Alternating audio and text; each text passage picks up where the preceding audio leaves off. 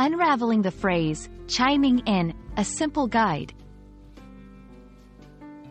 Hello, everyone. Welcome back to our English learning series. Today, we're going to dive into a very interesting English phrase, chiming in. Have you heard someone say they're just chiming in during a conversation and wondered what it means? Well, by the end of this video, not only will you understand it perfectly, but you'll also be able to use it like a native speaker. So let's get started.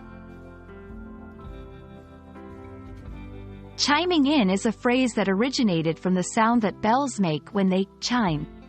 It means to enter a conversation or discussion with a comment, opinion, or input, usually without being directly asked for it. When someone chimes in, they contribute spontaneously, often to add value or share an insight. But why use the word chime? Well, think about the way a bell's ring can be heard clearly and pleasantly. When you chime in a conversation, your contribution is meant to be just like that, clear, noticeable, and often welcome. Chiming in is typically used in informal conversations. It can be seen as friendly and helpful, but timing and context are important to ensure it's appropriate. Here are a few scenarios where you might use it. 1. During a meeting, when you have a point to add to what is being discussed. 2. In social settings, offering an opinion on a topic being discussed by a group.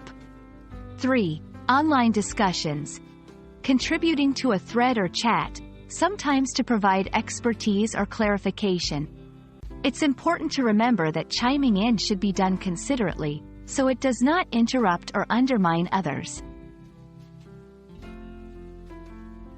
Just like chiming bells, there's a time and place for everything. Here are some do's and don'ts. Do. Wait for a natural pause in the conversation to add your thoughts.